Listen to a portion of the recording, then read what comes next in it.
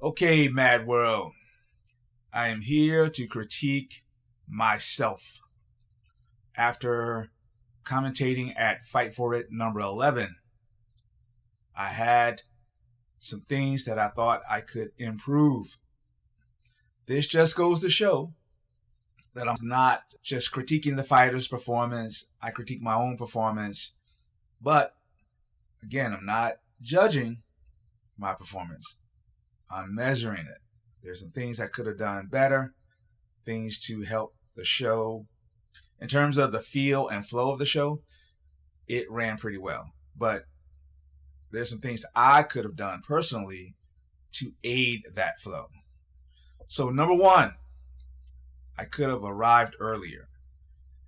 I left around about 10:30, believing that I would get there about 1:30, 2 o'clock at worst, accounting for traffic. What I did not account for was the number of highway patrolmen on the highways that day. And I think I had to go through 2 traffic shifts. But they were pretty much straight, it was a straight shot, straight line, but the pattern just changed. So me not knowing the area, I had to drive a little slower so I wouldn't miss the right turns. And my GPS, for some reason, would not give me the address, the street number. It would give me the street name. So I had to figure out, once I got on the street, I had to figure out how to just basically count down or count up, depending on which way it took me in. But I got there with 15 minutes to spare, which was not my plan. I wanted an hour or more. I'll fix that next time. The reason I want to get there early is because I want to do interviews with the athletes and learn some things about them, their social media, try to help them relax, especially the first timers, and be supportive as much as I could be. And most of all, make them feel like the star, because they are. Some of the best shows I've been on, they make you feel like you're everything. And I'm talking about going back to my amateur days. They make you feel like you're everything. So I want to bring that same energy to these fighters. One of the biggest differences is that my previous 2 commentating gigs, I had more pros on the show, and I had more amateurs who trained with those pros, and they were from more established gyms, and they actually had a lot more fights. So there was a lot more information and stuff like that floating around on the internet. So I didn't have to do interviews because I could just grab it off the internet. Here we had more kids, first-time fighters, gyms I never heard of, and I took a lot of things for granted. I won't do that the next time.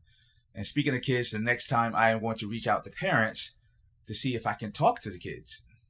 I thought the kids showed a lot of courage inside of that cage with some of the kickboxing fights. You could tell that some of them were overwhelmed by what was going on, but their composure was pretty good considering. So I want to reach out to the kids and let them know, hey, everybody's proud of you just for showing up. Plenty of adults who don't show up.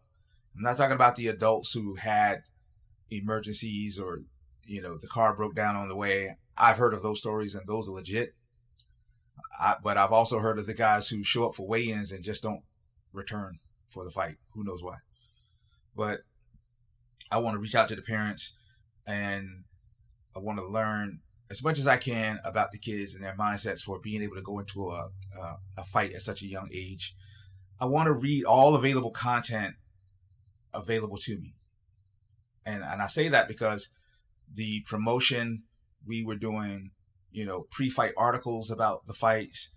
The promotion gave us stuff at the table to read from. There was communication, emails. We had a fight group.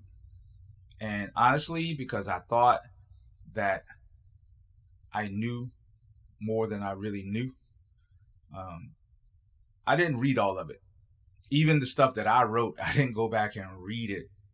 So the next time I am going to read all available content, and then I am going to reread all available content. I'm going to learn more about the teams who are participating because they deserve that respect. They deserve that applause. And some of the teams I hadn't heard of before fought very well.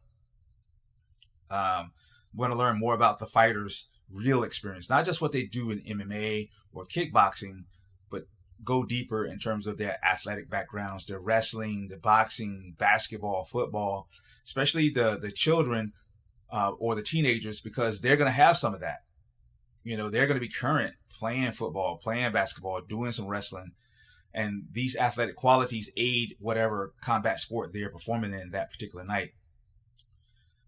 And as far as some of the teams, one of the things I noticed on this show, we had more classical, what we would consider classical martial arts schools.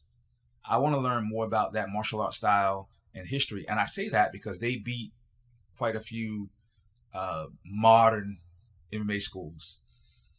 And I want to get their view on their martial arts style, their history, and also their thoughts about combat sports. I think that it's a very unique perspective when we have schools that aren't your traditional Muay Thai, BJJ, classic wrestling, and they come from something else, or they call themselves something else, and they show a lot of success. We make a mistake by not asking them their perspective. Like, hey, how are you training? You know, why are you doing this versus that? How come you're not doing the standard BS that everybody else is doing? You know, there's a lot to be learned and gained from that. So I'm going to make sure that I'm going to do the best that I can to expose it and also introduce the world to it, because I think it's interesting. We watch so much UFC and all they ever talk about is what is current. And we don't pay attention to these little hotbeds of talent. I'm going to learn name pronunciation, not just how to say the fighters' names, but to get a general consensus from the announce team and the staff of the promotion, how to say the athletes' names. I think we were saying some names. I don't think we were wrong, per se, but I would look back from previous shows and one fighter would be called this, his name would be spelled different. So the next time I'm going to get that general consensus in terms of how we're going to say it and how we're going to spell it. And also I want to get that from the fighter. Like, hey, what do you want to be called? I want to get with the staff and learn the roles and not just, you know, say the other commentators or the promoters and the owners of the show, but the judges and the referees. Again, they are there working just as hard. They are impacting the show just as much as the fighters are, just as much as I am, just as much as my commentating partner is. We have some guests in the house. I think it's good to recognize, you know, guests and not necessarily always just have them on the microphone, but there are other ways to do it. For instance, we could have did more short clips in the background, short snippets, 1 minute snippets later for the internet. To say, hey, this guy was here, or that guy, or this lady was here, blah, blah, blah. They fight in this, they participate, they coach, and do these snippets to help promote the show, but also promote anything that they have coming up.